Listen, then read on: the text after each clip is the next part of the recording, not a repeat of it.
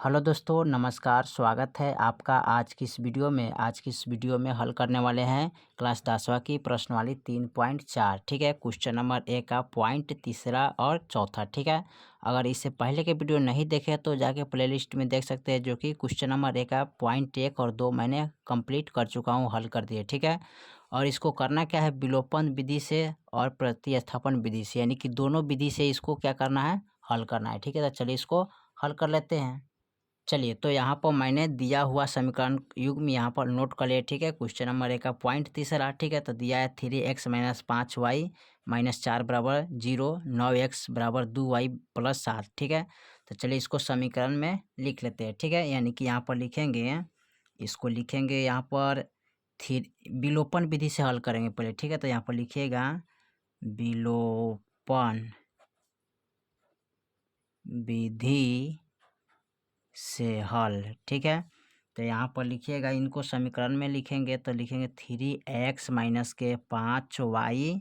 ठीक है, 5y अब बराबर के ए माइनस में है तो बराबर का इधर लाएंगे तो प्लस का यानी कि 4 हो जाएगा। ठीक है, तो ये हो गया समीकरण 1। ठीक है, अब इसको लिखेंगे 9x और बराबर का इधर उठा के लाएंगे तो माइनस का 2y हो जाएगा। ठीक है, और बराबर यानी कि 7 है, प्लस का तो 7 हो जाएगा। ठीक है, ये हो गया समीकरण 2। ठीक है, अब इसमें करना क्या है, विलोपन विधि से करते क्या है कि जो y का मान है ना, इसको कटाना है। ठीक है, तो कटाने के लिए क्या करते हैं, समीकरण 2 का मान y है ना, समीकरण 2 का मान जो y वाला, उसको हम समीकरण 1 में गुणा करते हैं, और समीकरण 1 का जो y वाला मान है उसको समीकरण 2 में गुणा करते हैं। ठीक है, तो यहाँ पर लिख लेंगे समीकरण 1 का मान में, ठीक है, यानी कि 2 से गुना करने पर। ठीक है, और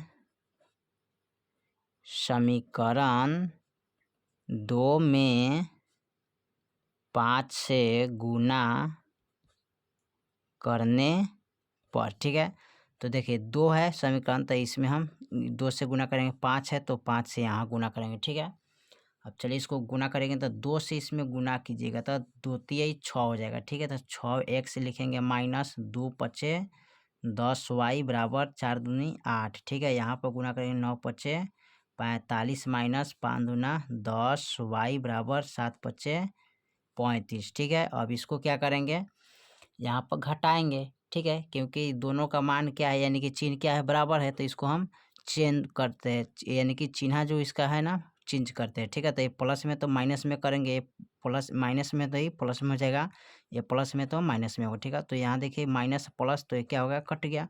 अब यहाँ प्लस है, ये माइनस है, तो घटाइएगा तो कितना हो जाएगा, माइनस का 39x बचेगा बराबर, ये प्लस में माइनस में तो घटाइएगा तो माइनस का क्या बचेगा, 27। ठीक है, इसमें करना क्या है, x बराबर निकालना है, तो माइनस से माइनस कैंसिल हो गया, तो यहाँ लिखेंगे x बराबर। ठीक है, अब x बराबर हो गया तो यहाँ पर लिखेंगे 27/39। ठीक है, अब देखिए कटेगा कितना से, तो 3 का टेबल से कटने वाला है, तो 3 9 27 और 3 13 3 39। ठीक है, यानी कि x के मान कितना आ गया, यानी कि 9/13। ठीक है, अब x का मान समीकरण 1 में रखने पर, ठीक है, यहाँ पर लिखेंगे x का मान समीकरण 1 में।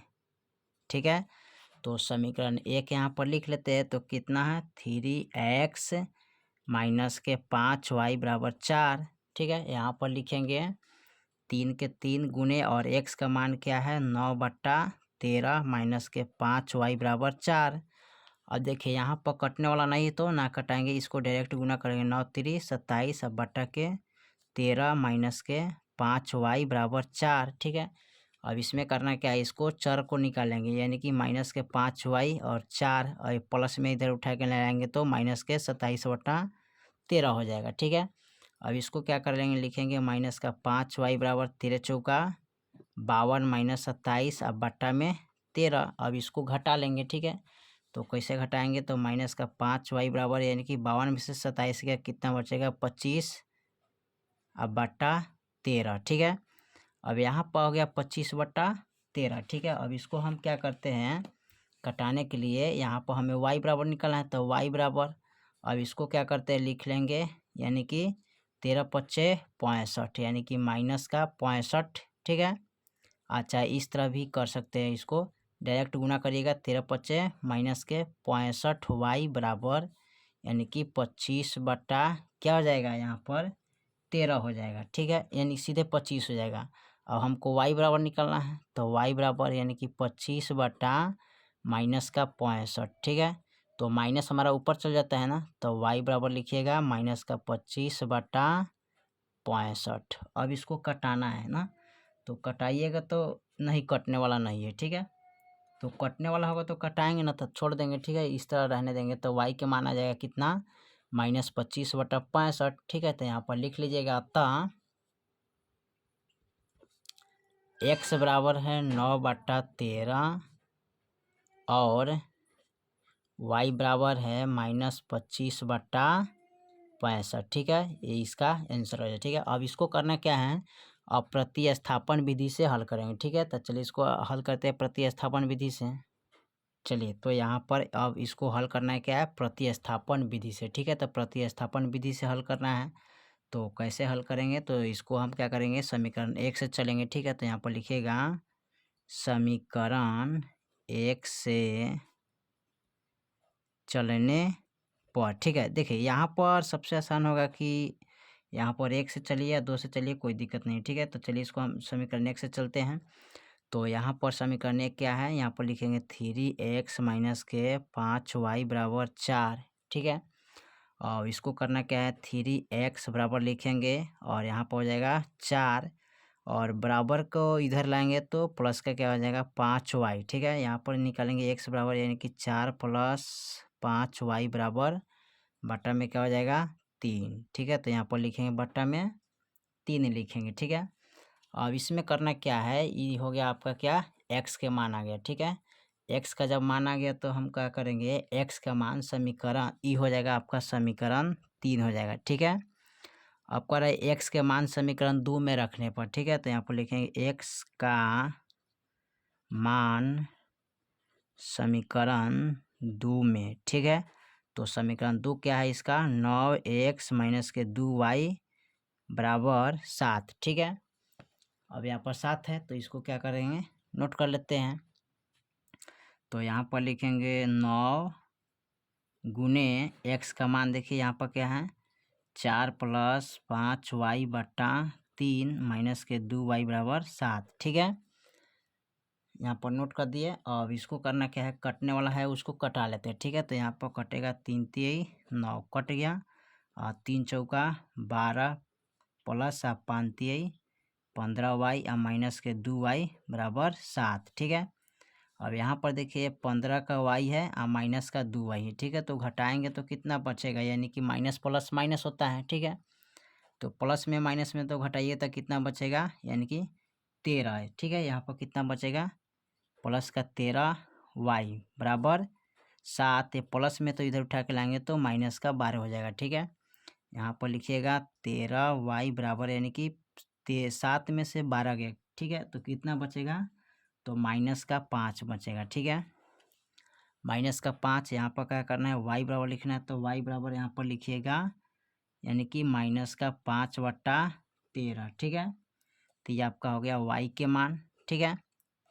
y के मान क्या आ गया, माइनस के 5 बटा 13। आपका करेंगे y का मान समीकरण 3 में रखने पर, ठीक है। तो यहाँ पर लिखेंगे, यहाँ पर लिख लीजिएगा y का मान समीकरण 3 में, ठीक है। तो समीकरण 3 क्या है, यहाँ पर x बराबर 4 प्लस 5y बटे 3, x बराबर 4 प्लस 5 गुने y के मान क्या है, माइनस के 5 बट्टा 13, ठीक है। अब बट्टा में क्या है 3, ठीक है।